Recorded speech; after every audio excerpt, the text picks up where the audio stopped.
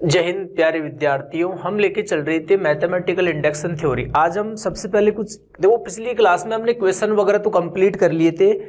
आज हम कुछ एग्जाम्पल्स वगैरह की चर्चा कर लेते हैं। देखो, जैसे कोई एग्जाम्पल एग्जाम में आ गया, वो समझो आप कैसे आ गया। जैसे एग्जाम्पल 1.11.2 है जैसे आपके पास। देखो, उनको थोड़ा सा मैं समझा देता हूँ एक दो एग्जाम्पल्स को। जैसे यही है, सबसे पहले हम बात करें कि आपको प्रूव करना है, क्या दिखाना है वो देखो। प्रूव दैट कि 1, 1, 3, ये फिर दे रखा है 3, 5, फिर दे रखा है 5, 7 और डॉट डॉट क्या दे रखा है बताइए, 2n - 1, 2n + 1 और हमें प्रूव करना है n/2n + 1। तो आप इस बात को कैसे प्रूव करोगे वो देखो। सबसे पहले हम बात करें इसको, सर्वप्रथम हम किसके लिए दिखाएंगे बताओ। n = 1 के लिए प्रूव करोगे आप। तो n = 1 के लिए सिद्ध करेंगे तो वही LHS = RHS दिखानी पड़ेगी आपको। तो सबसे पहले हम n = 1 के लिए सिद्ध करेंगे। LHS क्या है बताइए n की। तो n की जगह 1 रख दो, यहाँ 1 रखोगे, n की जगह 2 - 1, 1, n की जगह 1 रखोगे, 2 और 1 3। तो कितना आ रहा है बताओ, 1/1.3 और 1.3 कितना होता है, 3 होता है। RHS क्या आ रही है बताओ। n = 1 के लिए हम RHS की बात करें तो वहां भी n की जगह 1 रख दो, n की जगह 1 रखेंगे, 2 + 1 कितना आ रहा है, 1/3। क्योंकि LHS बराबर देखो क्या आ गई, RHS आ गई। तो लिख देना, अतः दिया गया कथन n = 1 के लिए क्या है, सत्य है। दिया गया कथन है वो n = 1 के लिए क्या है, सत्य है। इसके बाद आप क्या करोगे, वो ये है कि माना कथन, जो दिया गया कथन है वो n = 1 के लिए क्या है, सत्य है। तो माना दिया गया कथन n = k के लिए सत्य मानोगे। अब आप वही फॉर्मेलिटीज करनी है। देखो, k के लिए सत्य मानेंगे, इसका अर्थ है कि आपको n की जगह क्या रखना है, k रखना है। चलता रहेगा आपके पास, n की जगह k रख दीजिए आप। तो n की जगह k रखोगे तो क्या रिजल्ट आएगा वो देखो, 2k - 1 और 2k + 1 और इधर क्या आएगा, k/2k + 1। देखो, n की जगह हमने क्या रख दिया, k। अब हम किसके लिए प्रूव करेंगे, देखो अब हम n = k + 1 के लिए सिद्ध करेंगे। अब हम n = k + 1 के लिए सिद्ध करेंगे।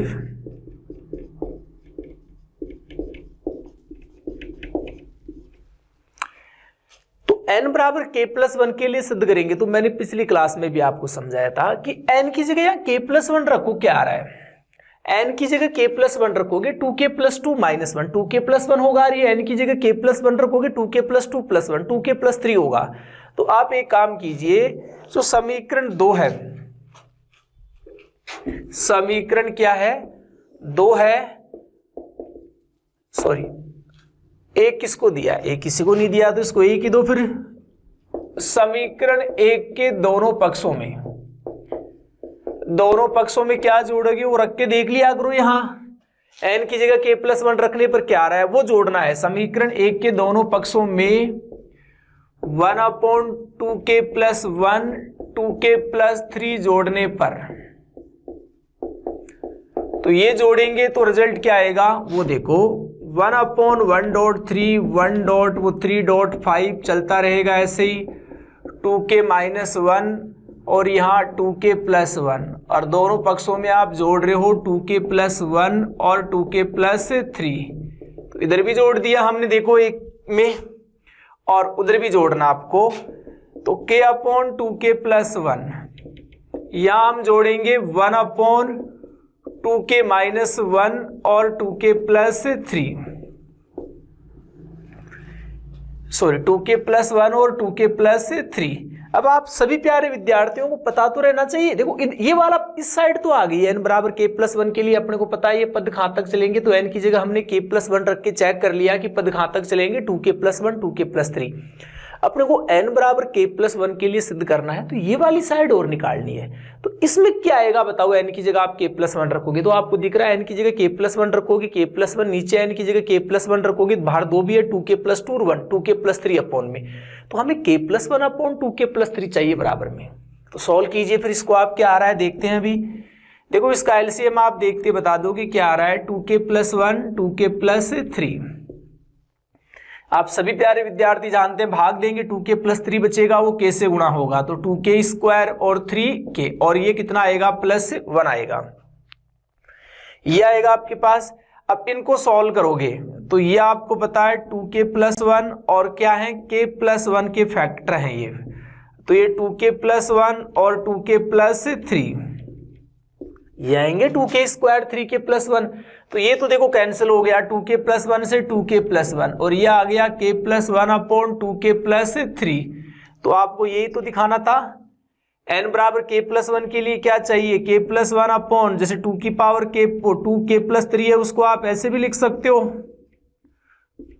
तो n बराबर k+1 के लिए दिखा दिया। देखो इधर भी n की जगह क्या आ गया, k+1 आ गया, तो लिख देना। इसलिए दिया गया कथन n बराबर k+1 के लिए भी सत्य है। अतः गणितीयागमन सिद्धांत से सिद्ध होता है कि दिया गया कथन प्रत्येक धन पूर्णांक n belongs to capital N के लिए सत्य होगा। ओके, तो ये 1.11.2, 1.11.3, 1.11.4 ये सब इसी प्रकार के क्वेश्चन, आप इनको सॉल्व करना। मैं बात करता हूं 1.11.5 एग्जाम्पल की बात करता हूं, उसको समझो आप।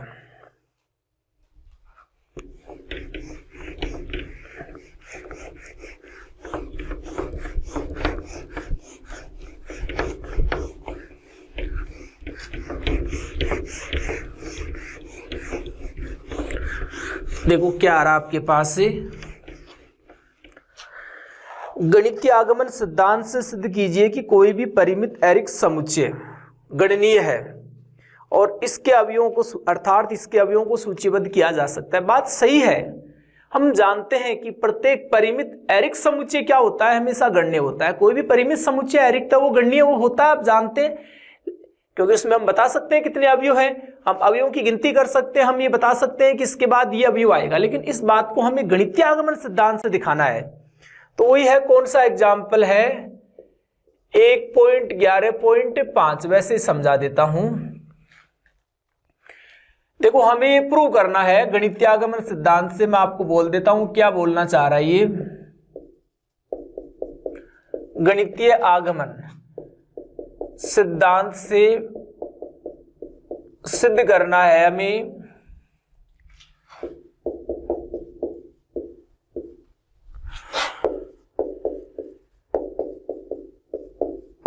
प्रत्येक परिमित एरिक समुच्चय क्या है, प्रत्येक परिमित एरिक समुच्चय क्या आपके पास गणनीय है, ये हमें प्रूव करना है।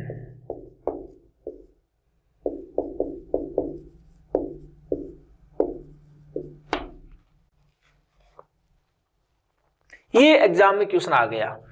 अब इसको कैसे प्रूव करके आओगे गणितीय आगमन सिद्धांत से, सबसे पहले मान लेना कि माना दिया गया कथन क्या है, Pn है, दिया गया कथन क्या है, Pn है, और जहां इसलिए Pn बराबर क्या है कि प्रत्येक एरिक समुच्चय क्या होता है, Pn क्या आपको पता है कि प्रत्येक परिमित और लिखो आप, प्रत्येक परिमित एरिक समुच्चय क्या है, गणनीय है। यही तो है Pn या स्टेटमेंट। देखो सर्वप्रथम हम किसके लिए प्रूव करेंगे, हम n बराबर 1 के लिए सिद्ध करेंगे। सर्वप्रथम हम किसके लिए प्रूव करेंगे, n बराबर 1 के लिए सिद्ध करेंगे। तो हम n बराबर 1 के लिए सिद्ध करेंगे, तो लिख देना चूंकि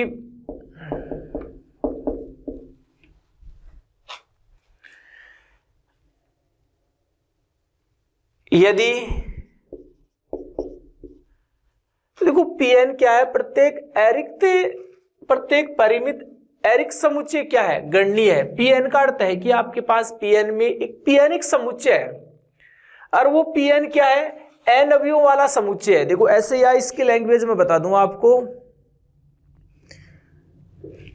सिंपल सी बात करें कि समझ जाना, लैंग्वेज वैसे समझ जाओ कि Pn क्या है? कोई परिमित एरिक समुच्चय। Pn का अर्थ है कि उस समुच्चय में कितने अवयव हैं? n अवयव हैं। सबसे पहले हम n बराबर 1 के लिए सिद्ध करेंगे, लिख देना, चूंकि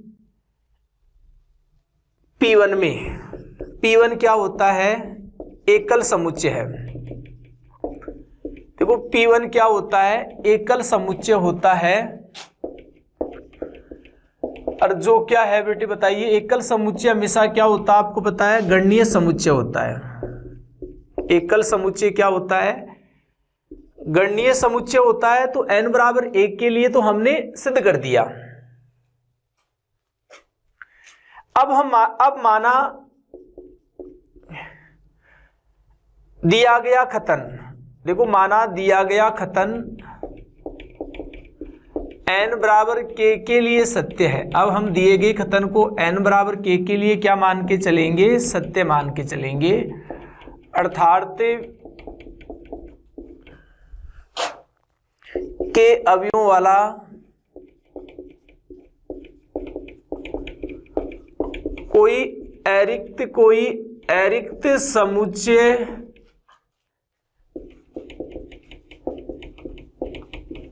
A है, और जो क्या आपके पास गणनीय है। यही है, हमने क्या बोला है कि हम n बराबर, अब हम n बराबर k के लिए सिद्ध करेंगे। इसका अर्थ है कि अपने पास k अवयवों वाला कोई एरिक समुच्चय क्या है? A है, और जो क्या है? गणनीय है। ये तो होगा n बराबर k के लिए सत्य मान रहे हो। इसका अर्थ है कोई समुच्चय लेंगे, उसमें k अवयव लेंगे और उसको हम गणनीय मानेंगे। अब हम सिद्ध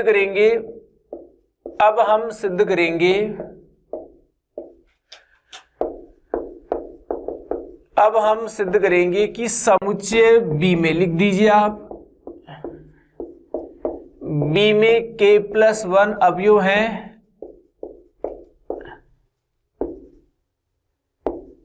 और जो गणनीय समुच्चय है, ये प्रूव करेंगे हम। तो k+1 के लिए प्रूव हो जाएगा। आपको पता है, लैंग्वेज समझ में आ रही है, कोई दिक्कत थोड़ी है। लिख देना। अब हम लिख देना, माना, वैसे लिख दीजिए कि माना स्मॉल a कैपिटल B का कोई अवयव है।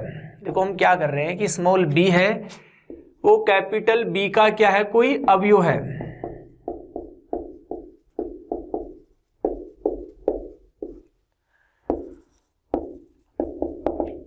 ते b माइनस a बराबर हमने मान लिया c, अतः b माइनस a बराबर c।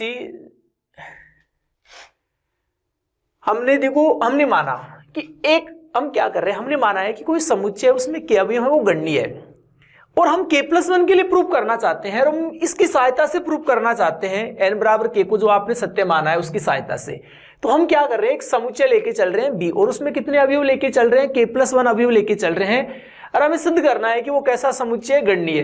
तो हम क्या कर रहे हैं? कैपिटल B में k+1 अवयव है, तो मैंने मान लिया कि स्मॉल a है, वो समुच्चय कैपिटल B का कोई अवयव है। अब मैं b माइनस b में से a को उठा रहा हूं, तो एक समुच्चय क्या आता है? c आता है। लिख देना। इसलिए समुच्चय लिख देना, C में k अवयव हैं। C में कितने अवयव हैं? k अवयव है, और जो क्या होगा? गणनीय होगा। जो क्या होगा? गणनीय है यदि समुच्चय C में अवयव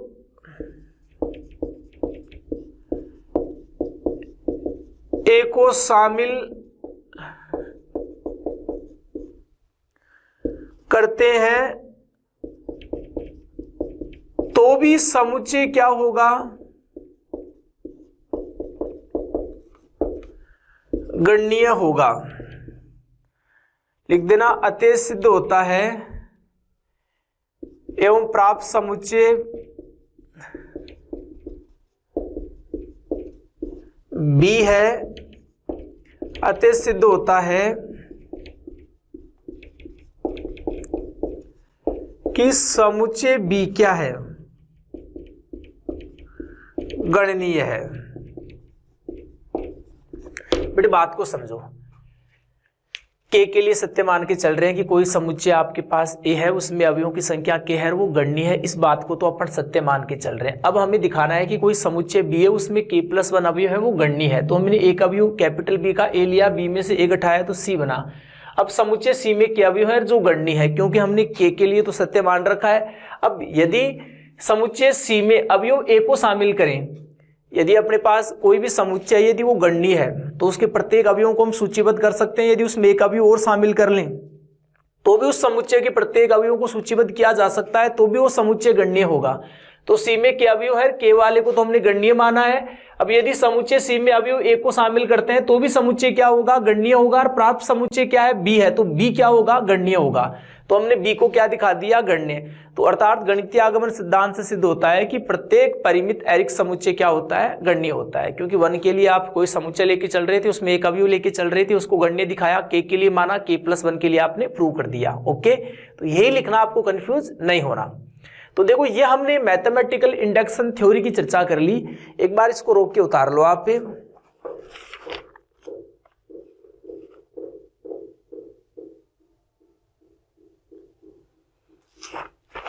देखो अब हम आगे टॉपिक की बात करते हैं।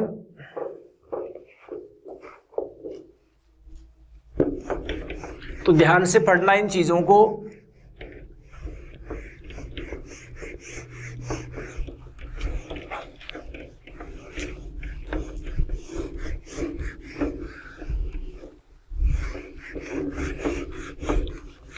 देखो अब हम 1.D चैप्टर की बात करेंगे और 1.D चैप्टर का पहला टॉपिक क्या है, आविष्टि अपवर्जन सिद्धांत।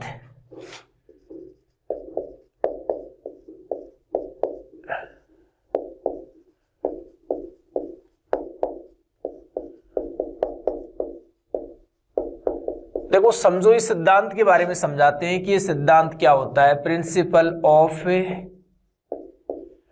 कोई इंक्लूसियन, आपके पास एक्सक्लूसियन, आविष्टि अपवर्जन सिद्धांत। देखो हम सिंपल सी बात करें, यदि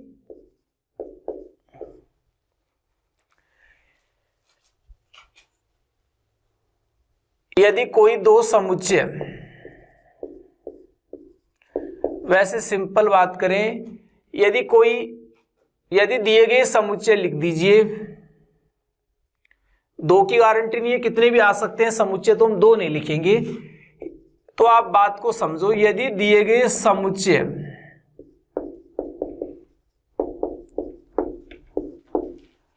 असंयुक्त समुच्चय है, यदि दिए गए समुच्चय क्या है, असंयुक्त समुच्चय है,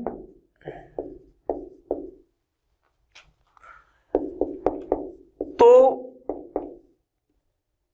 उनके संग में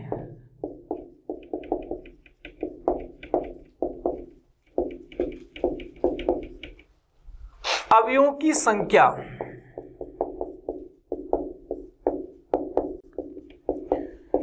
योग के नियम के द्वारा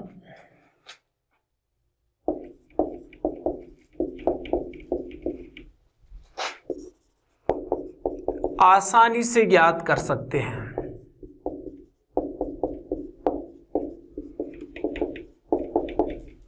बात समझ रहे हो आप? यदि दिए गए समुच्चय क्या है, असंयुक्त समुच्चय है, तो उनके संग में अवयवों की संख्या योग के नियम के द्वारा आसानी से ज्ञात कर सकते हैं। असंयुक्त समुच्चय आप जानते हैं, जैसे ए में तो मैंने ले लिया 5, 8, 13 और बी में मैंने ले लिया 41, 42, 46। बताइए ए और बी कैसे समुच्चय हैं? डिसजॉइंट सेट है। ए और बी असंयुक्त समुच्चय हैं क्योंकि इनका इंटरसेक्शन क्या है, फाई है। अब यदि मैं इनका यूनियन निकालता हूं तो क्या आएगा यूनियन, बताइए। 5, 8, 13 वही 41 आएगा, 42 आएगा और 46। मैं आपसे पूछूं कि नंबर ऑफ एलिमेंट्स ए, देखो मोड ऑफ ए का अर्थ क्या है, नंबर ऑफ एलिमेंट्स, कि ए में जो नंबर ऑफ एलिमेंट्स है, यहाँ मोड ऑफ ए बोलूंगा ना मैं तो उसका अर्थ समझ जाना, मोड ऑफ ए कितना है, यहाँ 3 है। और मोड ऑफ बी कितना है मेरे को बताइए, वो भी 3 है, क्योंकि बी में अवयवों की संख्या भी कितनी है, 3। और number of elements A union B, A union B के मोड का अर्थ क्या है, number of elements A union B कितना है बताइए, आपको पता है 6 है। तो वही बात है कि ए यूनियन बी का मोड यहां किसके बराबर है, mod of A plus mod of B के बराबर। तो मैं ये बोलना चाहता हूं कि यदि कोई दो समुच्चय है या दो से ज्यादा है, यदि वो असंयुक्त है तो उनके संग में अवयवों की संख्या योग के नियम के द्वारा आसानी से ज्ञात कर सकते हैं। जैसे ए यूनियन बी का मोड निकालना है तो किसके बराबर आएगा, mod of A plus mod of B. कहने का नंबर ऑफ एलिमेंट्स निकालने हैं आपको ए यूनियन बी, तो किसके बराबर आएंगे, number of elements A plus number of elements B के योग के बराबर आएंगे वो। ये मैंने लिखा है, लिख देना। यदि दिए गए समुच्चय, जो दिए गए समुच्चय हैं असंयुक्त नहीं हो, यदि दिए गए समुच्चय असंयुक्त नहीं हो तो उनके संग में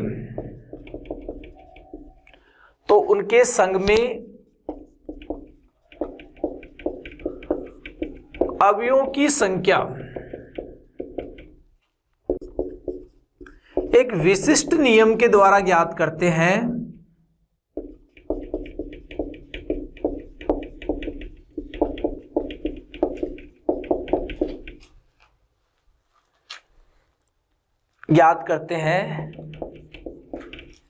जिसे आविष्टि अपवर्जन सिद्धांत कहते हैं, जिसे आविष्टि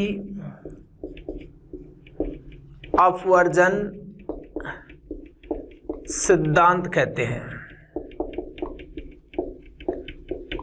देखो यदि ए और बी असंयुक्त समुच्चय है तो ए में अवयव, ए में 3 अवयव हैं, बी में 3 अवयव हैं, ए यूनियन बी में 6 अवयव हैं, तो mod of A union B क्या होगा, mod of A plus mod of B. लेकिन यदि ए और बी असंयुक्त समुच्चय नहीं है, जैसे मान लीजिए 5 दोनों में कॉमन आ गया, 5 दोनों में क्या आ गया, कॉमन आ गया। अब ए और बी है वो असंयुक्त समुच्चय नहीं है, ए और बी है वो कैसे समुच्चय हैं, आपके पास इनमें एलिमेंट्स कॉमन है, ए और बी असंयुक्त समुच्चय नहीं है। तो यदि ए और बी डिसजॉइंट सेट नहीं है आपके पास, तो फिर उनके जो संग में अवयवों की संख्या एक विशिष्ट नियम के द्वारा ज्ञात करते हैं। उस सिद्धांत को क्या कहते हैं, आविष्टि अपवर्जन सिद्धांत। वो सिद्धांत क्या होगा, जैसे अब ए और बी असंयुक्त समुच्चय नहीं है और मेरे को अब भी ए यूनियन बी है उसमें अवयवों की संख्या ज्ञात करनी है, तो मैं कौन से नियम के द्वारा ज्ञात करूंगा वो समझो आप। मोड ऑफ ए सही है 3 है, मोड ऑफ बी भी सही है 3 है, ए यूनियन बी अब कितना है 5 है। तो आपको पता है कि ए यूनियन मोड का मान अब क्या mod of A plus mod of B के बराबर है क्या, नहीं, इसका मान तो कितना आ रहा है 5 आ रहा है, इसका मान 3 है, बराबर कहाँ है। लेकिन मैं आपसे पूछूं कि ए इंटरसेक्शन बी का मोड निकालो, आप देखते बोल दोगे वैसे ए इंटरसेक्शन बी निकाल लो पहले, क्या आएगा 5। तो ये तो समुच्चय आ गया, यदि इसका मोड लेता हूं तो इसका अर्थ होता है इसमें अवयवों की संख्या। तो कहने का अर्थ मेरे को ए इंटरसेक्शन बी का मोड और घटाना पड़ेगा, तब दोनों साइडें क्या आएंगी बराबर। वो विशिष्ट नियम ये वाला होता है। यदि ए और बी असंयुक्त समुच्चय नहीं है तो फिर ए यूनियन बी के मोड में अवयवों की संख्या कैसे निकालते हैं, mod of A plus mod of B minus A intersection B का मोड। ये 2 अवयवों के लिए क्या बना है, आविष्टि अपवर्जन सिद्धांत। ऐसे हम 3 अवयवों के लिए भी क्या बना सकते हैं, आविष्टि अपवर्जन, 3 समुच्चय के लिए भी क्या बना सकते हैं हम, आविष्टि अपवर्जन सिद्धांत। इसी प्रकार 4 समुच्चय के लिए भी क्या बना सकते हैं, आविष्टि अपवर्जन सिद्धांत। तो आविष्टि अपवर्जन सिद्धांत कब काम आता है, जब दिए गए समुच्चय है वो असंयुक्त नहीं है और उनके संग में हमें अवयवों की संख्या निकालनी है, तब कौन सा नियम काम में आता है, आविष्टि अपवर्जन सिद्धांत। वो इस प्रकार के नियमों को बोला जाता है ना। बात समझ गए होंगे आप, उतार लो आप, वो भी उतार लो जिससे आपको थोड़ी सी ज्यादा दिक्कत नहीं आई समझने में।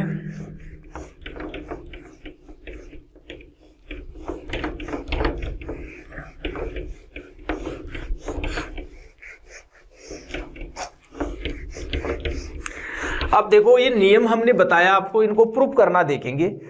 सबसे पहले देखिए पर में देखिए 1.12.1 पहली थ्योरम कौन सी है? 1.d चैप्टर चल रहा है, ये कौन सी एक्सरसाइज है? 1.d एक्सरसाइज है ये। यदि a तथा b पर में कौन से नंबर की 1.12.1, यदि a तथा b दो परिमित समुच्चय है,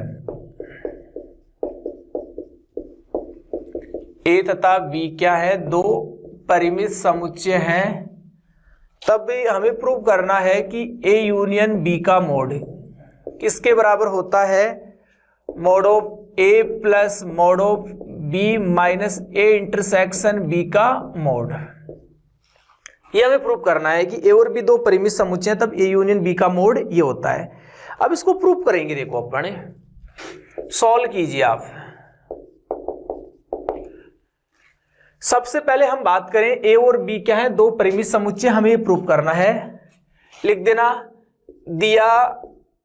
वैसे लिख दीजिए कि यहां a तथा b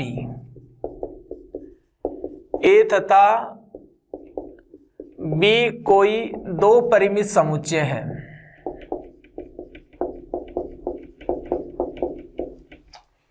a तथा b क्या है? कोई दो परिमित समुच्चय। देखो हमें ये प्रूव करना है। अब देखो ये नियम होता है विस्टी अपवर्जन सिद्धांत, वो जब डिसजॉइंट सेट नहीं हो तब लागू होता है। कहने का अर्थ कुछ ना कुछ पार्ट क्या हो, a और b में क्या हो? कॉमन हो, तब कौन सा नियम लागू होता है? आविष्टि अपवर्जन सिद्धांत। तो मैं वैन आइलर आरेख लेके चल रहा हूं, ये मैंने a मान लिया, ये मैंने कितना मान लिया? b। ये a है, ये b है। ये मैंने पहले भी चर्चा की थी 1.b में। यदि मैं इस वाले पार्ट की बात करूं, ध्यान से समझो, इस वाले पार्ट की मैं बात कर रहा हूं, इस वाले पार्ट की, समझ रहे हो? इस वाले पार्ट की बात कर रहा हूं। ये बताओ, इसमें a तो है लेकिन इसमें क्या नहीं है? बताओ, b नहीं है, तो इसको क्या बोलना? देखो इंटरसेक्शन लगाया करो, जो नहीं है उसका डैश लगा दिया करो, है ना। जैसे इसमें a है इस वाले पार्ट में लेकिन b नहीं है, तो ये क्या होगा? a intersection b dash. जैसे मैं इस वाले पार्ट की बात कर रहा हूं, ध्यान से समझना इन चीजों को आप।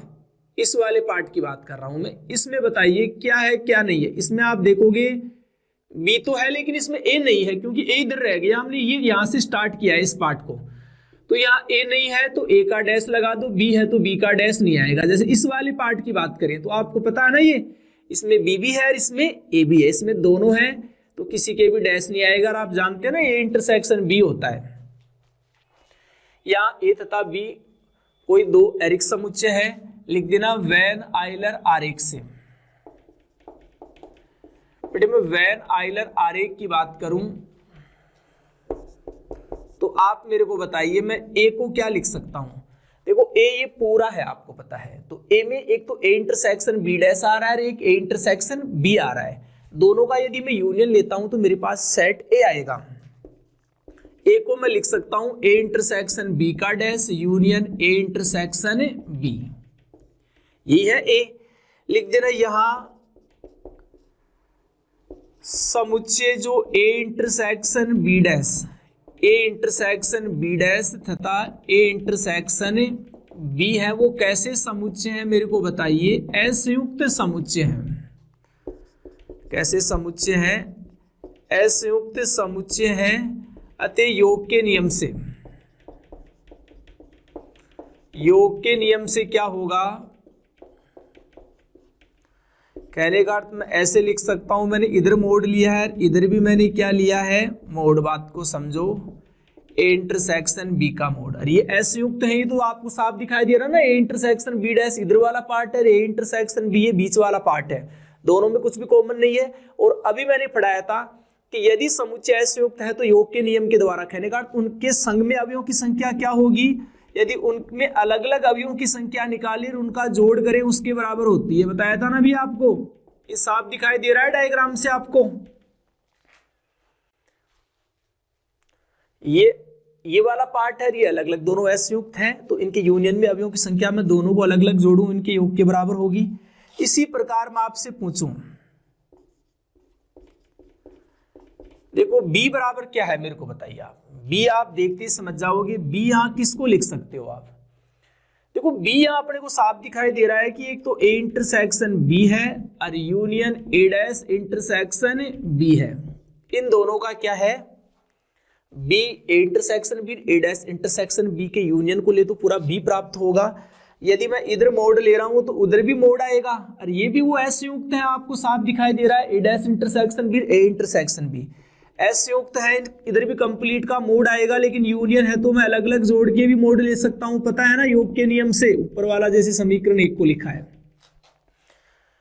अब मैं किसका मान निकालूंगा, देखो ए यूनियन बी का मोड निकालता हूं मैं। ए यूनियन बी का मोड क्या आएगा मेरे को बताओ। ए यूनियन बी के मोड की बात करें तो ए यूनियन बी कैसे निकलेगा, इसका ए यूनियन बी कंप्लीट होता है ये, तो ए 3 सेट है यहाँ, ये और ये, यदि तीनों का मैं यूनियन लूंगा तभी तो मेरे पास क्या आएगा, ए यूनियन बी आएगा। तीनों का यूनियन लूंगा तभी ए यूनियन बी आएगा, ये कंप्लीट।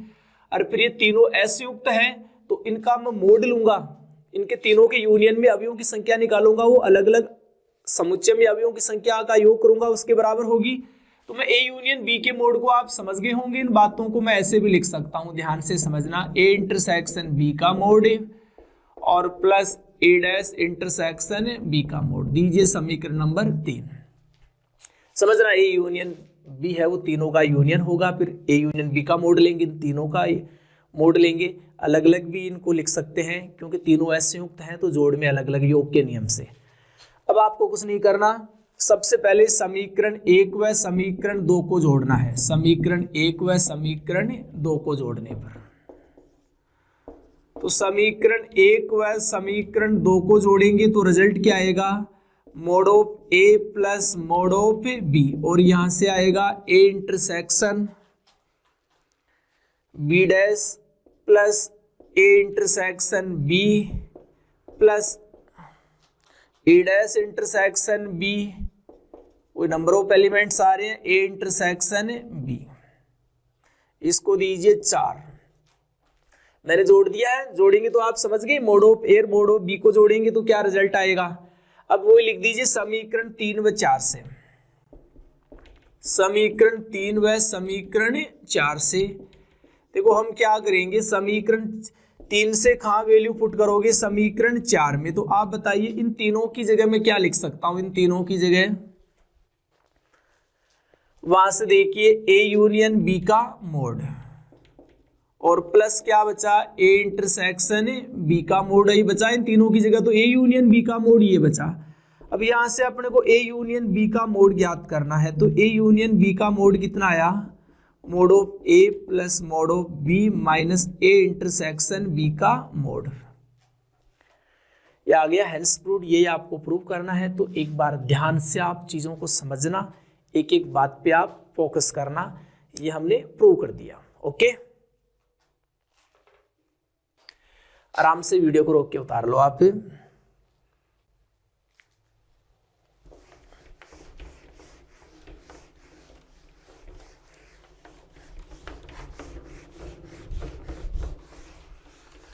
देखो अब हम 3 के लिए प्रूव करते हैं। किसके लिए प्रूव करते हैं, यदि अपने पास 3 समुच्चय आते हैं तो वो देखो आप आगे वाली थ्योरम में देख लो एक बार, इस थ्योरम की चर्चा कर लेते हैं, बाद में लेते हैं एग्जांपल 1.12.2 देखो आप। हाँ, इनको रटना मत, इनको समझना।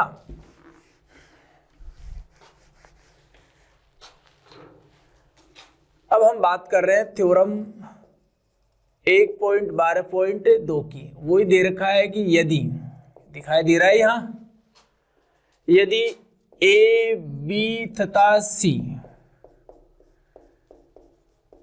3 क्या है आपके पास परिमित समुच्चय हैं, 3 क्या है परिमित समुच्चय हैं,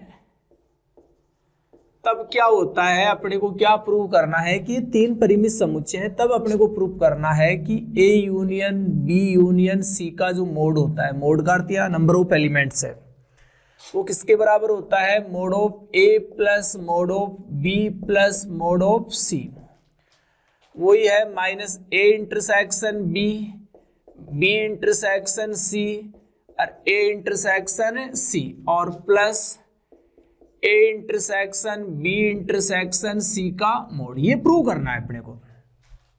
पहले सिंगल वाले आते हैं, फिर डबल वाले, देखो कितने जोड़, इस चीजों को समझा भी करो। पहले वहां सिंगल वाले भी थे, यूनियन बी के मोड में सिंगल ए बी आ गया था, फिर डबल ट्रिपल तो था ही नहीं, यहाँ पहले सिंगल वालों के साथ प्लस आएगा, फिर डबल वाले आएंगे उनके साथ माइनस, ट्रिपल वालों के साथ क्या आएगा प्लस। अब डबल वाले हमें पता है तो ए बी बनेगा, एक बी सी बनेगा, एक ए सी बनेगा, और कोई जोड़ा नहीं बन सकता। आप बोलो सर सी बी भी तो बन रहा है, तो बी इंटरसेक्शन सी इंटरसेक्शन भी एक ही बात है, 3 जोड़े बनेंगे, ट्रिपल का 1 बनेगा। अब हमें ये प्रूव करना है, तो हमें पता है वही आविष्टीय अपवर्जन सिद्धांत है, इसको हम क्या बोलते हैं, आविष्टीय अपवर्जन सिद्धांत। कैसे प्रूव करोगे, ध्यान से समझो बेटे, यहाँ मुद्दे की बात ही कर लेता हूं मैं डायरेक्ट। देखो ये वैन आइलर आरेख से समझाएंगे आपको। कितने समुच्चय हैं आपके पास, 3 समुच्चय हैं। कितने समुच्चय हैं आपके पास, यहाँ 3।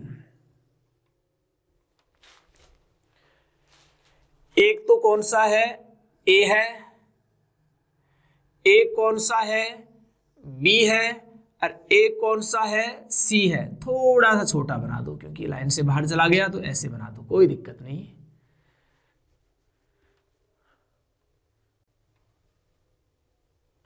एक कौन सा है, सी है, यहां बना दो। ये 3 समुच्चय आपके पास, ए बी और सी। अब कुछ बातें बोलूंगा, उन पे ध्यान देना। ये ए है, ये बी है, और ये सी है। सबसे पहले मैं इसकी बात कर लेता हूं, इस वाले पार्ट की। इस वाले पार्ट में बताओ, इस वाले, देखो लाइन खींच रहा हूं, लाइन पे ध्यान दो आप। इस वाले पार्ट में बताओ आप क्या नहीं है। इस वाले पार्ट में देखो बी भी नहीं है क्योंकि बी इधर है, देखो सी भी नहीं है। इस वाले पार्ट में ओनली ए है, तो ए इंटरसेक्शन लेते हैं। जो नहीं है उनका क्या लगाते हैं, डैश लगाते हैं। पता है सबको। इस वाले पार्ट में देखो, इस वाले पार्ट की बात कर रहा हूं मैं, इस वाले भाग की बात करूं तो यहां अपने को पता है कि ए भी नहीं है, ओनली बी है, और सी भी नहीं है। ए तो है, अरे सी तो नीचे आ गया। देखो हमने ये वाला पार्ट लिया है, ये वाला पार्ट। सी भी नहीं है इसमें, तो बी ए भी नहीं है, ओनली बी है। तो जो है उसके डैश मत लगाया करो, जो नहीं है उनके डैश लगा दिया करो आप। अब हम बात करें इस वाले पार्ट की, बात करें हम इस वाले भाग में। बताइए आप मेरे को, एक तो हमें पता है यहाँ ए भी नहीं है, एक अपने को पता है बी भी नहीं है, सी है इस वाले पार्ट में। ये वाला पार्ट आप समझना इन चीजों को आप। अब इसी प्रकार मैं आपसे पूछूं कि इस वाले पार्ट में देखो, इन चीजों को समझना बहुत जरूरी है। इस वाले पार्ट की मैं बात करूं, इसमें क्या क्या है क्या नहीं है। इसमें आप देखोगे, देखो सी बी है इस वाले पार्ट में, देखो ये आप बोलोगे ए बी है, लेकिन इस वाले पार्ट में बी नहीं है क्योंकि ये वाला भाग ही ले रहे हो आप। वो सॉरी बी नहीं है, बी तो इधर बन रहा है, तो इसमें ए और सी तो है इस वाले पार्ट में। सी भी है, ये ए भी है, बी नहीं है, तो ए और सी तो है, बी नहीं है, तो जो नहीं है उसके डैश लगा देते हैं। देखो ना, समझ रहे हो बात को। यदि हम इस वाले पार्ट की बात करें, तो इस वाले पार्ट की बात कर रहे हैं, ये समझना इंपॉर्टेंट है और कुछ नहीं है बेसिस में। इसमें देखो सी बी है, ये बी भी है, सी भी है। इस वाले पार्ट की बात करें तो इसमें ए नहीं है क्योंकि नीचे वाला इधर वाला ये ले रहे हो आप, तो ये वाला ओनली, तो जो नहीं है उसके डैश लगा दो। ए नहीं है और बी और सी है, तो बी और सी के डैश नहीं आएगा, जो नहीं है उसके डैश लगा दो। इस वाले पार्ट में बताओ आप क्या क्या है, आप देखते बोल दोगे यहां ए बी है, बी भी है, सी नहीं है, तो सी के डैश आ जाएगा। बात को समझ रहे हो। ए बी है इस वाले पार्ट में, तो ए बी है, देखो ये बी भी आ गया इधर से, ए बी आ गया, सी नहीं है क्योंकि इसके ऊपर वाला पार्ट, यही तो बोल रहे हैं इस वाले पार्ट में, तो सी नहीं है इसमें, तो सी के डैश आ गया। हम बात करें इस वाले पार्ट की, यहां आपको साफ दिखाई दे रहा होगा ए बी है, बी भी है और सी भी है, क्योंकि देखो ए बी है, देखो बी भी है, सी, इसमें तीनों है, तो किसी के भी डैश नहीं आएगा, तीनों का इंटरसेक्शन। और आप सब जानते हैं कि ए इंटरसेक्शन बी इंटरसेक्शन क्या होता है, सी होता है। तो मैं सबसे पहले बात करूं वैन आइलर आरेख से। तो वैन आइलर आरेख से मेरे को आप बताओ, मैं आपसे पूछूं कि ए किसके बराबर, आप देखते बोल देंगे ए किसके बराबर है। देखो ये वाला पार्ट, ये पार्ट, ये पार्ट और ये पार्ट, यदि मैं चारों का यूनियन लेता हूं, इसका इसका इसका और इसका, तो मेरे पास ए निकलेगा। तो इस चारों पार्ट में देखो क्या क्या है, A intersection B dash intersection C dash, एक तो ये रहा, एक इसमें क्या है, A intersection B dash intersection C, चारों का यूनियन लेना पड़ेगा, ये निकालना है। तो ये भी ले लिया आपने, ये एक वो ऊपर वाला आ गया, देखो A intersection B intersection C dash, और ए के बीच वाला ये भी देना पड़ेगा, ये बनाना है, तो चारों का यूनियन लेना पड़ेगा आपको। तो ये ए है, ये आपको पता है। मैं एक छोटी सी बात बता दूं, दिमाग लगा लेना, जैसे आप ए निकालो ना तो कन्फर्म है एक की डैश नहीं आएगा। देखो एक बार बी और सी के डैश है, एक बार बी के डैश है, एक बार सी के डैश है, एक बार किसी के भी डैश नहीं है। थोड़ा सा दिमाग में रहेगी, गलती होने की संभावना क्या रहेगी, कम से कम रहेगी। अब मैं, क्योंकि क्वेश्चन बहुत ज्यादा लेंथी जा रहा है, मैं डायरेक्ट बता देता हूं कि इधर भी आप मोड लेंगे और इधर भी क्या लेंगे, मोड। ये चारों कैसे समुच्चय हैं बताओ, संयुक्त हैं, क्योंकि ये वाला पार्ट अलग है, ये अलग है, ये अलग है, चारों संयुक्त हैं, कुछ भी कॉमन नहीं है चारों में पार्ट। अरे यदि एक या एक से ज्यादा, दो या दो से ज्यादा समुच्चय संयुक्त होते हैं, उनका यूनियन में अवयवों की संख्या पूछे तो उनमें अलग अलग जोड़ ले लेते हैं, उनमें अवयवों की संख्या की क्या होती है, बराबर। तो इधर मोड लेंगे, इधर भी मैं लिख देता हूं, लिखना चाहो तो आप लिख दीजिए A intersection B dash intersection C plus A intersection B dash intersection C का mod plus A intersection B intersection C dash plus A intersection B intersection C का मोड। पता आपको कंप्लीट का आप मोड लोगे तो उनमें अवयवों की संख्या अलग अलग जोड़ के बराबर भी होगी, आपको पता है। इसको दे दीजिए समीकरण नंबर 1। मैं मुद्दे की बात ही कर लेता हूं डायरेक्ट, वरना बहुत लेंथी चला जाएगा। बात देखो समझ में आनी चाहिए। इसी प्रकार मोड ऑफ बी क्या निकालोगे आप बताएं। मोड ऑफ बी यहां से निकलेगा, 4 अवयव है तो बी में अवयवों की संख्या, इन चारों अवयवों की संख्या का जोड़ कर दो। बी में अवयवों की संख्या यही तो होगी, इसमें अवयवों की संख्या प्लस इसमें अवयवों की संख्या प्लस इसमें अवयवों की संख्या प्लस, चारों में अवयवों की संख्या का जोड़ करेंगे तो बी में अवयवों की संख्या आएगी। तो बी में देखो क्या क्या है, एक तो अपने को दिखाई दे रहा है A intersection B intersection C dash है, एक अपने को दिखाई दे रहा है A intersection B intersection C dash है, एक अपने को दिखाई दे रहा है ए डैश इंटरसेक्शन, देखते रहो आराम से आप, और प्लस ये है सॉरी ये है 4।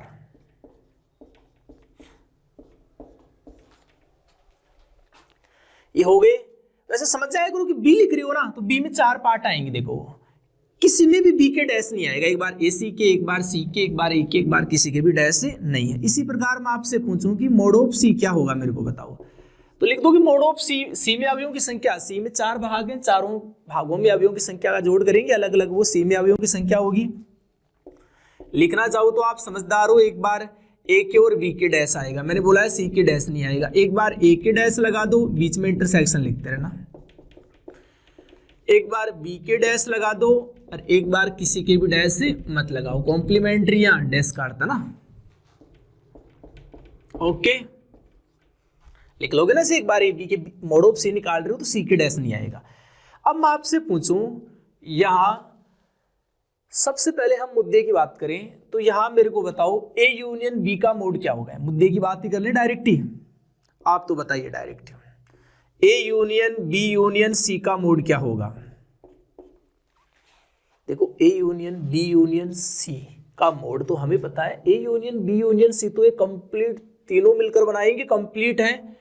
तो A union B union C में अवयवों की संख्या निकालनी है तो आपको ए में अवयवों की संख्या प्लस बी में अवयवों की संख्या और प्लस सी में अवयवों की संख्या कैसे निकलेगी। देखो कुछ पार्ट यहाँ कॉमन भी है। कहने का सिंपल भाषा में हम बात करें कि A union B union C का मोड निकालना है तो आपको A union B union C कैसे निकालोगे, इन तीनों का आपको यूनियन निकालना, सब जो टोटल है इन सबका यूनियन है। A union B union C complete है तो उसमें अवयवों की संख्या किसके बराबर आएगी, इसमें अवयवों की संख्या, इसमें अवयवों की संख्या, इसमें सबको जोड़ दो, सभी संयुक्त है ना। ये पार्ट सभी संयुक्त आपस में, तो कोई भी आपस में एक दूसरे में कॉमन नहीं है। ये वाला पार्ट और किस में आ रहा है बताओ, नहीं आ रहा। ये वाला पार्ट और किस में आ रहा है, नहीं आ रहा। तो A union B union C का मोड आपको पता है क्या आएगा, लिखते जाओ सभी को आप। सबसे पहले मैं ए से स्टार्टिंग करता हूं, A intersection B dash intersection C dash plus A intersection, एक बार बी डैश इंटरसेक्शन सी आ गया, A intersection B intersection C dash plus A intersection B intersection C.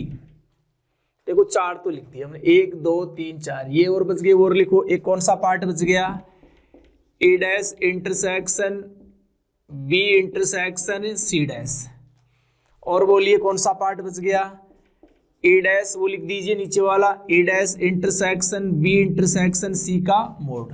और कौन सा पार्ट है, A dash intersection B dash intersection C का mod. Number of elements होता है मोड काटते। इसको दीजिए समीकरण नंबर 4। समझ गए ना, A union B union C में अवयवों की संख्या, इन सब के जोड़ के इन सब में अवयवों की संख्या निकाल लो और उनके जोड़ के बराबर होगी। ओके, तो यहां तक वीडियो को रोक के उतार लो, आगे तो बस बेसिक आना चाहिए आपको कि मोड ऑफ ए कैसे निकलेगा, मोड ऑफ बी कैसे निकलेगा, मोड ऑफ सी कैसे निकलेगा, A union B union C का मोड कैसे निकलेगा, इनको कैसे रिप्रेजेंट किया जाता है। जो नहीं होता उसके डैश लगाते हैं, बीच में इंटरसेक्शन आता है। ओके,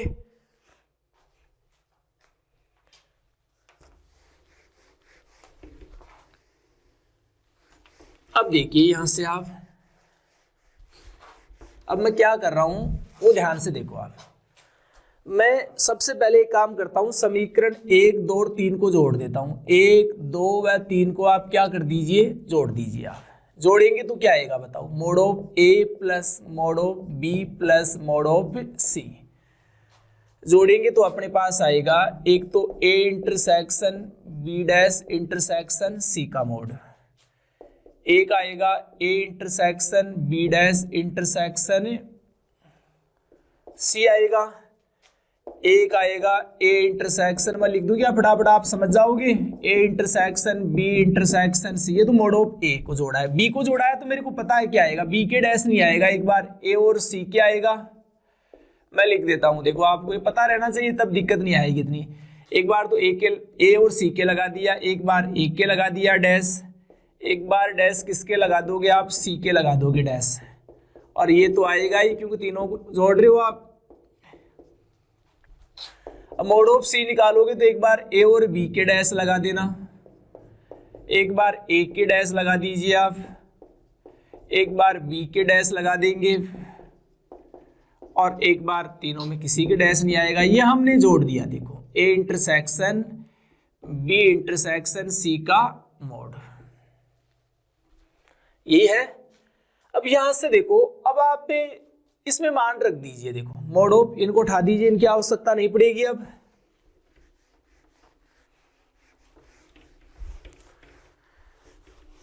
सबसे पहले ये बताइए आप, mod of A plus mod of B plus mod of C चल रहा है। देखो चार तो ये 1 2 3 4, एक बार देख लीजिए आराम से, सही लिखा है क्या, मोड ऑफ ए को सही लिखा है क्या, एक बार बी सी के डैश है ना, एक बार बी सी के डैश, एक बार बी के सी के, मोड ऑफ बी लिखा है ए सी के, ए के सी के, नोट ए बी के, ए के बी के। ओके, एकदम करेक्ट है। तो यहां से बोलिए इन चारों की जगह, देखो मैं सबसे पहले इस समीकरण 4 को काम में लेना चाहता हूं। यहाँ इस समीकरण में मैं क्या कर रहा हूं, 4 से मान रख रहा हूं, तो मेरे को पता है मैं इसकी जगह, देखो ये ऊपर देखते जाओ आप, ये 4 तो ये आ गए, देखो और क्या है, A dash intersection B intersection C dash, 5वां ये आ गया। फिर क्या है, A dash intersection B intersection C, 6वां ये आ गया। और 7वां कौन सा है, ए डैश इंटरसेक्शन ये। इनकी जगह मैं इन 7 की जगह क्या रख सकता हूं, 7 ही है ना, 1 2 3 4 5 6 7, ये टोटल 12 थे। वैसे आपको पता हो तो 4 4 आए थे ना टोटल, तो वैसे A union B union C के मोड में तो 7 ही होंगे, 1 2 3 4 5 6 7। तो इन 7 की जगह जो मैंने सही का निशान लगाया है, इनकी जगह मैं क्या रख दूंगा, A union B union C का मोड। 5 और बच गई, 5 कौन कौन से बच गए वो देखो, एक तो बच गया A intersection B intersection C dash, एक बच गया A intersection B intersection C का मोड, एक A dash intersection B intersection C, एक बच गया A intersection B dash intersection C, और A intersection B intersection C. लिख देना समीकरण 4 से। मैंने ये मान रख दिया। अब आपको आगे सॉल्व करना है, तो mod of A plus mod of B plus mod of C. बातों को ध्यान से समझो, आप ऐसे क्वेश्चन रट के कभी नहीं कर सकते सॉल्व आप। तो इसके बराबर देखो क्या आ रहा है, A union B union C का मोड। अब यहां से एक बात ध्यान से बताना मेरे को, मैं इन दो की जगह क्या लिख सकता हूं, इन दो की जगह देखो, हाँ सबसे पहले हम बात करें A intersection B intersection C dash, तो ये वाला पार्ट है। A intersection B intersection C, ये वाला पार्ट है। कहने का अर्थ ये देखो, A intersection B intersection C dash, और ये A intersection B intersection C, कहने का अर्थ ये इसका मोड है। कहने का अर्थ इसमें अवयवों की संख्या, और A intersection B intersection C का मोड है, इसमें अवयवों की संख्या, दोनों का जोड़ करते हैं तो किसमें अवयवों की संख्या के बराबर आती है? ये कंप्लीट क्या है बताओ? इधर तो ए है, इधर बी है, ये तो कंप्लीट ए यूनियन बी है, ये ए यूनियन बी तो है। ये देखो, ये इधर से ए आ रहा है, इधर से बी आ रहा है, मैं इसको ए यूनियन बी भी बोल सकता हूं। तो ये इन दोनों में अवयवों की संख्या का जोड़ है, वो किसके बराबर होगा? ए यूनियन बी में अवयवों की संख्या के जोड़ के बराबर। सॉरी, यूनियन थोड़ी, इंटरसेक्शन है, ये तो कॉमन है। ए यूनियन बी तो ए और बी कंप्लीट पार्ट आएगा। ए इंटरसेक्शन बी है, दोनों में कॉमन है ये ए और बी में। इसी प्रकार मेरे को बताइए, मैं जैसे इसको और इसको क्या लिख सकता हूं? एक काम कीजिए, ए इंटरसेक्शन बी का मोड लिख दिया, फिर क्या बचा? इसको ऐसे कैसे लिख दीजिए आप? A intersection B intersection C. अब इसको और इसको क्या लिख सकते हो आप, वो देखो। सबसे पहले मैं बात करूं, मैं थोड़ा समझाने के लिए बता देता हूं। ये वाला पार्ट तो आपको पता है क्या है, ये वाला पार्ट क्या था? इसमें आपको पता है ना, ए और सी था, बी नहीं था, तो आपने किसके डैश लगाया था? बी के। तो सबसे पहले बताइए, A intersection B dash intersection C और A intersection B intersection C का मोड है, ये दोनों का देखो मोड है। ये किसमें क्या है? ये ए इंटरसेक्शन सी का मोड है। ये यहां मोड है ना। कहने का इसमें अवयवों की संख्या का जोड़ लें तो वो ए इंटरसेक्शन सी में अवयवों की संख्या के जोड़ के बराबर होगी। तो ये देखो, इसमें और इसमें अवयवों की संख्या का जोड़, मैं उसको ए इंटरसेक्शन सी का मोड लिख सकता हूं। सिंपल समझा करो आप। तो देखो, यहां देखो, यहां सी के डैश है, यहां सी के नहीं है, तो ए इंटरसेक्शन बी का मोड है। यहां बी के डैश है, तो यहां बी के नहीं है, तो ये ए इंटरसेक्शन किसका मोड है? सी का। ये इंटरसेक्शन बी का मोड है क्योंकि यहां सी के डैश है, यहां बी के डैश है, तो बी तो नहीं है, ए इंटरसेक्शन सी का मोड है। ये भी बच गया। तो आप इसको कैसे लिखोगे? Mod of A plus mod of B plus mod of C. मैंने लिख दिया A union B union C का मोड, प्लस इसको लिख दिया ए इंटरसेक्शन बी का mod plus A intersection C का मोड। ये और बच गया अभी, A dash intersection B intersection C. मैं क्या कर रहा हूं? कंप्लीट, क्योंकि मेरे को पता है इन पदों की आवश्यकता पड़ेगी, तो मैंने ये पद क्या किया? जोड़ा। मोड वाला पद, ये पद मैंने घटा दिया, हिसाब बराबर हो गया, कोई दिक्कत थोड़ी है। जोड़ दिया, घटा दिया आपने। ये पद तो ऐसे ही कैसे, ये पद जोड़ा और घटाया। अब यहां से मैं सॉल्व करूं तो mod of A plus mod of B plus mod of C, देखो ये कितना आ गया? A union B union C का मोड प्लस क्या आ गया? ए इंटरसेक्शन बी का mod plus A intersection C का मोड। वो पता है ना आपको, मैं बोलता हूं कि ए के डैश है ए के, तो ये क्या आएगा? बी इंटरसेक्शन सी का मोड आएगा। और क्या बचा? A intersection B intersection C का मोड। तो यहां से अपने को इसका मान चाहिए, तो इसको तो उधर ही रख लो और सबको इधर ले आओ। A union B union C का मोड क्या आ गया? इधर एक तो मोड ऑफ ए है प्लस मोड ऑफ बी है प्लस मोड ऑफ सी। इसको इधर लेके आओगे माइनस का होगा, इसको इधर लेके आओगे माइनस का होगा, उसको भी इधर लेके आओगे माइनस का होगा, और वो किसका होगा? प्लस का। A intersection B intersection C, ये तो आपको प्रूव करना था। तो एक बार ध्यान से चीजों को पढ़ना, रटना स्टार्ट मत कर देना, वरना कभी जिंदगी में समझ ही नहीं पाओगे। ये चीजें तो समझा करो आप, कि जैसे जो मान लीजिए ये पार्ट है, ये ए है, ये बी है, तो आपको पता ना ये वाला पार्ट क्या होता है? ए माइनस बी होता है। और ए माइनस बी को मैं कई बार बोलता हूं, इसको क्या बोला जाता है? A intersection B dash. कहने का इस वाले पार्ट में ए है, बी नहीं है, तो बी के डैश लगा देते हैं, इंटरसेक्शन ले लेते हैं ना। तो जो नहीं है उसके डैश लगा देते हैं उस वाले पार्ट में, और इंटरसेक्शन लेते हैं बीच में। ओके, तो एक बार ध्यान से इन चीजों को पढ़ना, एक एक बात पे वर्क करना। तो ये हमने आविष्टि अपवर्जन सिद्धांत पढ़ लिया 3 समुच्चय के लिए। इसी प्रकार देखो, यदि मान लीजिए 4 समुच्चय आ गए आपके पास, कितने सेट आ गए? 4, तो आप क्या करोगे वो देखो।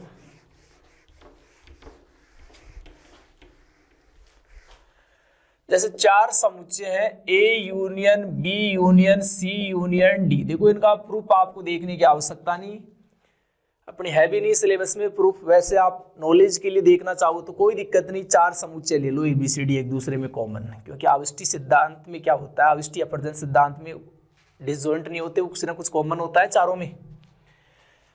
लेकिन मैं डायरेक्ट ही फॉर्मूला बताता हूँ। आप फॉर्मूले से क्या सीखे, जैसे इस वाले फॉर्मूले से क्या सीखे, पहले सिंगल सिंगल का मोड आता है, तो पहले A का मोड, फिर B का मोड आएगा, फिर C का आएगा, फिर D का, और प्लस आता है। फिर डबल वालों के साथ क्या आता है, माइनस। डबल वाले यहाँ 3 जोड़े बन रहे थे, एक AB, एक BC और एक AC। यहाँ डबल वाले कितने जोड़े बनेंगे, डबल वालों के साथ माइनस आएगा। देखो पहले A को B के साथ ले लो आप, इंटरसेक्शन आएगा, फिर A को आप ले लो C के साथ, फिर A को आप किसके साथ ले लो, D के साथ, फिर आप B को C के साथ ले लीजिए, और B को किसके साथ लोगे, फिर D के साथ, और फिर C को किसके साथ लोगे, D के साथ। ये करोगे, पहले A को B के साथ, फिर A को C के साथ, A को D के साथ, फिर B को C के साथ और B को D के साथ, फिर C को किसके साथ लोगे, D के साथ। ये डबल डबल वाले आ गए। फिर ट्रिपल वाले लिखोगे आप। ट्रिपल वाले कैसे बनेंगे वो देखो आप, एक तो आएगा A intersection B intersection C का मोड, एक तो ABC। देखो डबल वाले कंप्लीट बन गए, 6 बनेंगे डबल वाले। ट्रिपल वाले बनाएंगे, एक तो ABC आ गया, एक कौन सा आ गया, BCD आ गया, एक कौन सा आ गया, BCD, ABC BCD, और एक कौन सा आ गया, ACD आ गया। तो एक तो देखो ABC, एक BCD आ गया, एक ACD, और एक कौन सा बच गया, ABD, A intersection B intersection D। Double वाले कितने बनेंगे, वो ट्रिपल वाले 4 बनेंगे, 4 वाला तो एक ही बनेगा, ABCD। तो चीजों को ध्यान से पढ़ना, 4 वाला कोई रटने वाली चीजें नहीं है, थोड़ा दिमाग को काम में लेना। ऐसे 4 के लिए भी हम फॉर्मूला बना सकते हैं। आवृष्टि अपवर्जन सिद्धांत ये होता है 4 सेट के लिए। पहले सिंगल वाले आएंगे, फिर डबल वाले देख लिया करो, इंटरसेक्शन आता है बीच में ना, यहाँ इधर यूनियन नहीं आता, उधर ही आता है यूनियन। पहले A के साथ B आएगा, फिर A के साथ C, फिर A के साथ D, जोड़े बना लो, फिर B के साथ C ले लो, B के साथ D ले लो, और फिर C के साथ D। 6 बन गए, 3 और 3 6। फिर ट्रिपल वाले लेंगे, उनमें प्लस आएगा, डबल वाले में माइनस आ रहा है ना सबके साथ, ट्रिपल वाले में प्लस आएगा। एक तो बन रहा है ABC, एक बन रहा है BCD, एक बन रहा है ACD, और एक ABD, और 4 वाला एक जोड़ा बनेगा, 3 वाले के साथ प्लस, 4 वाले के साथ माइनस। तो ये फॉर्मूला भी आपको याद रखना है। तो इस क्लास में तो आवृष्टि अपवर्जन सिद्धांत को समझना है, ये फॉर्मूले वगैरह आपको अच्छे तरीके से समझने हैं। नेक्स्ट क्लास में हम इनको यूज में लेना सिखाएंगे। अभी तक जिन विद्यार्थियों ने फोटोन क्लासेज ऐप को परचेज नहीं किया है, वो जल्दी से जल्दी जाके प्ले स्टोर में जाइए और फोटोन ऑनलाइन क्लासेज या फोटोन क्लासेज सर्च कर लीजिए, वहाँ आपको ऐप मिल जाएगा फोटोन क्लासेज के नाम से। वैसे मैं इस वीडियो के डिस्क्रिप्शन में लिंक डाल दूंगा, वहाँ से आप डाउनलोड कीजिए और आप ऐप को परचेज कीजिए और अपनी स्टडी है उसको कंटिन्यू कर कीजिए आप, चाहे वो BSc पार्ट फर्स्ट के विद्यार्थी हो, चाहे वो BSc B.Ed पार्ट फर्स्ट के विद्यार्थी हो। तो इसके डिस्क्रिप्शन में वीडियो की लिंक रहेगा, वहाँ से आपको ऐप डाउनलोड करना है। ऐप पर आपको कंप्लीट कोर्स मिलेगा। तो ऐप पर अनेक कोर्स दे रखे हैं, वहाँ आप जैसे ऐप डाउनलोड करोगे, मोबाइल वगैरह नंबर लगाओगे, OTP आएगी, फिर आप वहाँ से जो फॉर्मेलिटीज़ है पूरी ईमेल वगैरह की वो करने के बाद आप स्टोर पे जाओगे। जैसे ऐप ओपन होगा, नीचे से 3rd नंबर का बटन देखना स्टोर का। स्टोर में जाने के बाद वहाँ अनेक कोर्सेज हैं, जो भी आपको कोर्सेज चाहिए वो आराम से आप सेलेक्ट कीजिए और परचेज करके आप स्टडी को कंटिन्यू कीजिए आप। ओके।